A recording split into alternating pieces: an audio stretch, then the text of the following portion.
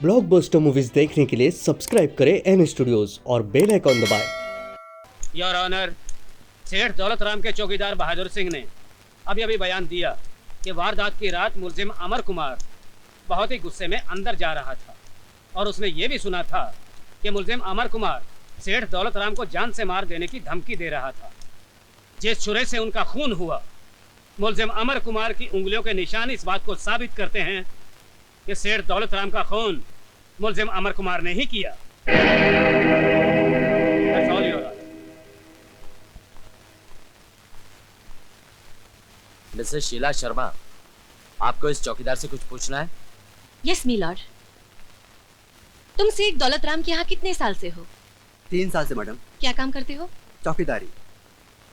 सेठ जी का खून कहाँ हुआ था? उनके कमरे में। उनका कमरा गेट से कितनी दूरी पर है? सामने एक बड़ा गार्डन है, फासला 100 गज का होगा। अच्छा, जब अमर वहाँ आया था तो तुम क्या गेट पर थे? जी हाँ। और तुमने अमर को अंदर जाने दिया? जी नहीं, मैंने उन्हें रोकने की कोशिश की। वो बहुत गुस्से में थे, मुझे जोर से धक्का दिया और मैं जाके गेट से टकराया। उसके बाद मैं बेहोश हो गया और मुझे पता नहीं उसके बाद क्या हुआ। फिर तुम्हें पता कब लगा कि सेठ जी का खून हो गया है? जब मैं होश में आया तो वहाँ पुलिस मौजूद थी। यानी जब सेठ जी का खून हुआ तुम बेहोश थे? जी। दैट्स ऑल, तुम जा सकते हो। धन्यवाद। योर ऑनर, ये पॉइंट नोट किया जाए।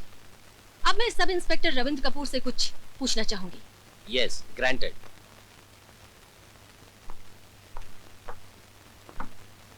सब इंस्पेक्टर रविंद्र कपूर, आपको कैसे पता चला कि छुरी पर उंगलियों के निशान अमर कुमार के हैं? मुजरिम को गिरफ्तार करने के बाद उसके उंगलियों के निशान लिए जाते हैं। उसके बाद फिंगरप्रिंट्स एक्सपर्ट लाश के पास मिले हुए हथियारों पर पाए गए निशान मैच कर लेते हैं। मुजरिम अमर के उंगलियों के निशान और चाकू पे पाए गए हुए निशान हूबहू मिलते हैं। मिलते हैं या थोड़ा सा फर्क है? जी नहीं, दोनों निशान एक ही शख्स के हैं। ओके। इसमें क्या है जरा देखिए।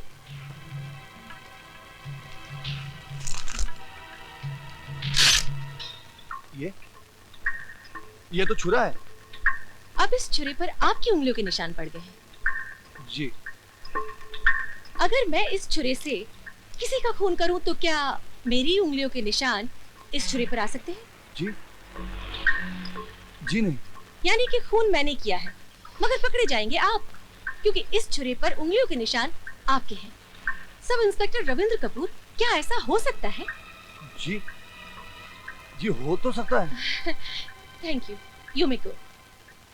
योर ऑनर, हर खून के पीछे कोई ना कोई मकसद जरूर होता है, लेकिन अमर कुमार के लिए ये खून करने का कोई मकसद नहीं था। इसमें कोई शक नहीं कि अमर कुमार वहां गया था, गुस्से में था, हाथ में छुरा था। और ये भी सच है कि अमर ने सेठ जी को धमकाया कि आइंदा वो उसके भाई का अपमान ना करे। सरकारी वकील साहब भी ये मानते हैं कि अमर ने सेठ जी को धमकाया। अगर खून करना ही था तो अमर धमकाता ही क्यों? और इसके अलावा सरकारी वकील साहब ने ऐसा एक भी गवाह पेश नहीं किया जिसने अमर कुमार को खून करते देखा हो। इन तमाम बातों से ये साफ जाहिर होता है मिलॉर्ड कि अमर कुमार बेगुनाह है। उस पर लगाए गए तमाम इल्जाम बेबुनियाद हैं और किसी ने उसे फंसाने की कोशिश की है। That's all milord. Your honour, वकील सफाई का कहना है कि मैंने अभी तक कोई ऐसा गवाह पेश नहीं किया जिसने अमर को खून करते हुए देखा हो, लेकिन एक गवाह मौजूद है योर ऑनर, वो है मोंटी भल्ला। मैं उससे सवाल करना चाहता हूँ। Yes, granted.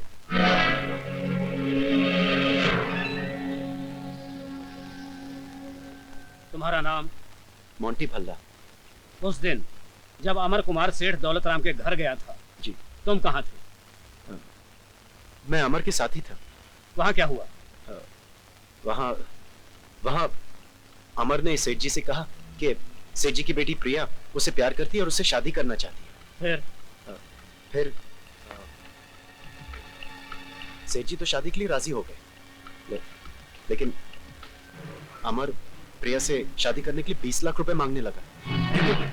इसलिए तो अमर ने प्रिया को अपने प्रेम जाल में फंसाया था। फिर सेठ जी ने साफ इनकार कर दिया। अमर को गुस्सा आ गया, उसने अपने हाथ में वो छुरा उठा लिया और सेठ जी को धमकाने लगा कि अगर उससे पैसे नहीं मिले तो वो सेठ जी का खून कर देगा। नहीं योर ऑनर, ये सब झूठ है। हाँ। ये झूठ बोल रहा है, ये झूठा है। Order order. उसके बाद क्या हुआ? उसके बाद सेठ जी और अमर के बीच में तू मैं शुरू। अमर गुस्से में पागलों की तरह चिल्लाने लगा और मैंने उसे मना करने की कोशिश की और मेरे मना करते करते अमर ने सेठ जी के पेट में छुरा झूठ बोल रहा तू। ये पिछले है ऑनर, ये पिछले है। Order order. कौन की हरामजादे में तेरा खून पी जाऊंगा। I'll kill you bastard! I'll kill you! Court is adjourned.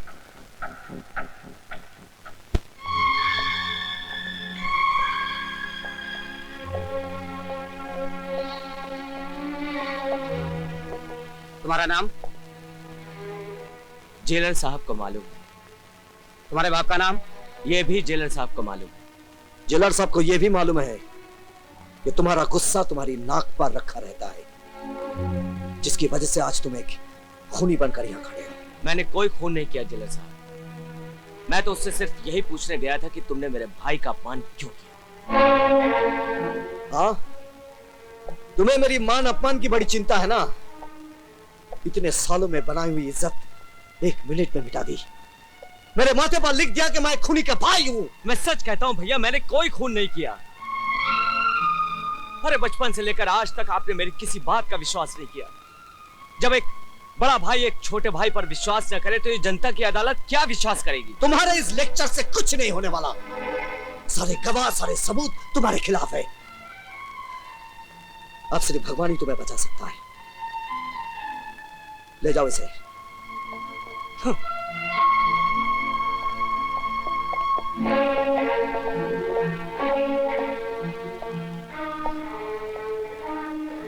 बच्चों ने खाना खा लिया? नहीं। क्यों? कहते हैं भूख नहीं है। भूख नहीं है या खाना नहीं खाना चाहते? उसके जेल जाने से दुनिया में काम तो नहीं रुक जाएगा। खाना लगाओ, मैं खाना खाऊंगा।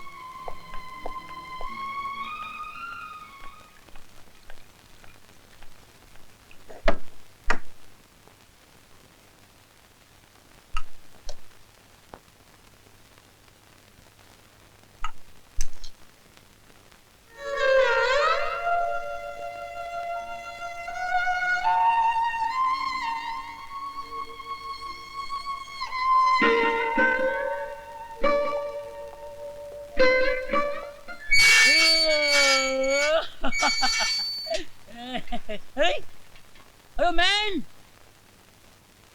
मैं सपना तो नहीं देख रहा हूँ। तुम इधर, तुम जैसे शरीफ आदमी के इधर क्या काम है? सब तकदीर का खेल है ओमेन, तकदीर का खेल। तकदीर? तुमने उस दिन ठीक ही कहा था ओमेन, जो जितना डरेगा उतना मरेगा। जुर्म की दुनिया से मैं जितना ही दूर जाना चाहता था उतना ही करीब आता जा रहा हूं। मुझ पर कत्ल का इल्जाम लगा हुआ है। अरे यार, तुम ऐसा वैसा नहीं फंसा है मैन, बहुत बुरा फंसा है। इधर का जेलर बहुत जालिम है, मालूम है? जानता हूं, अच्छी तरह से जानता हूं उसे। वो मेरा बड़ा भाई है। वो तो तुमको खुश हो जाना चाहिए मैन, वो तो तुमको मदद करेगा यहाँ से निकालने में। मेरे भैया उनमें से नहीं है जो अपने उसूलों पर रिश्ते को कुर्बान कर देते थे। उनकी नजर में अब मैं उनका भाई नहीं हूं, एक मुजरिम।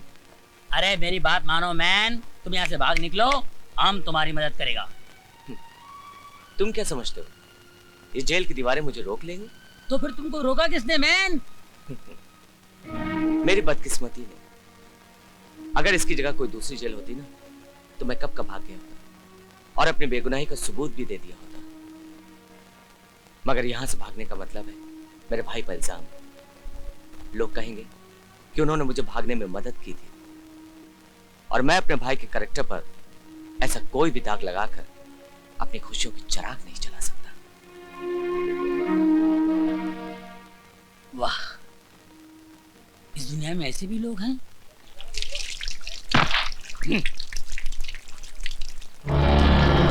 अब मुंह धोने से कोई फायदा नहीं। एक बार जो कालिख मुंह पर लग गई वो लग गई। अब तो तेरी माशूका भी तुझे नहीं देखेगी। वैसे तू फिक्र मत कर, मैं बाहर जाकर उसे संभाल लूंगा, क्योंकि तू तो बाहर जा नहीं सकता। जेलर का भाई है ना। अरे वो जेलर इतना कमीना है कि अपने भाई क्या अपने बाप को भी न छोड़े। क्यों सुन नहीं सकता क्या? ठीक ही तो कह रहा हूं। अपनी शान दिखाने के लिए, अपनी ईमानदारी का डंका बजवाने के लिए अपने भाई को अंदर करवा दिया। अबे सुन, अरे ऐसे भाई से तो दुश्मन अच्छा। एक कुत्ता होता है ना, वो कुत्ता भी अपने पिल्लों की हिफाजत के लिए काट खाने को तैयार हो जाता है। और तेरा भाई, अरे तेरा भाई तो कुत्ते से भी गया पीता है।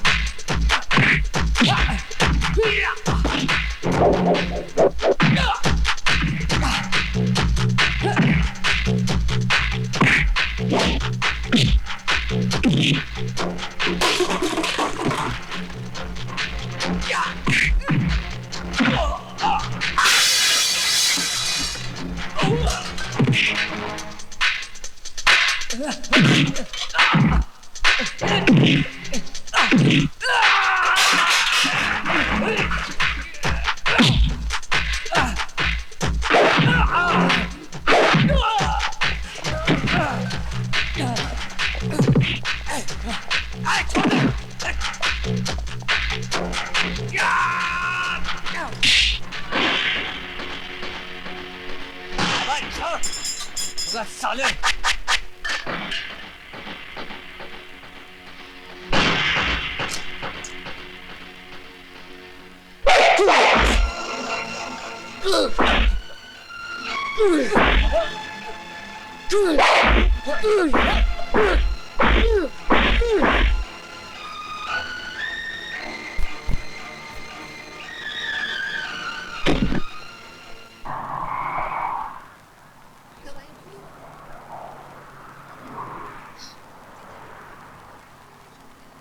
मोंटी,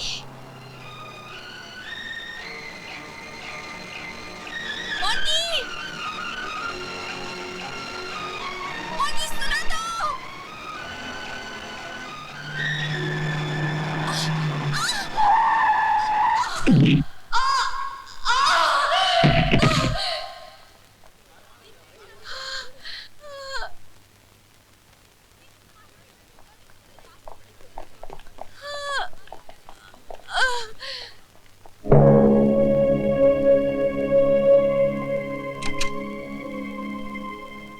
डॉक्टर साहब, ठीक है, चिंता की कोई बात नहीं है। बाय द वे, ये अमर कौन है? हमारे भैया हैं। बेहोशी में भी आपकी पत्नी अमर को याद कर रही है। कहाँ है वो? जी, देखिए उसे यहाँ बुलाइए। दवाई से ज्यादा उसका आना असर करेगा।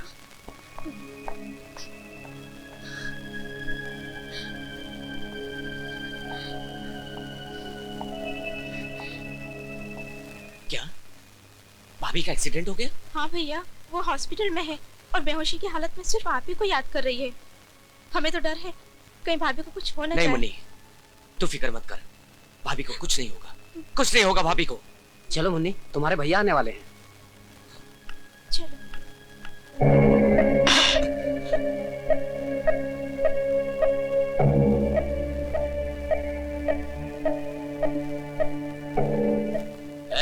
चल खाना दे।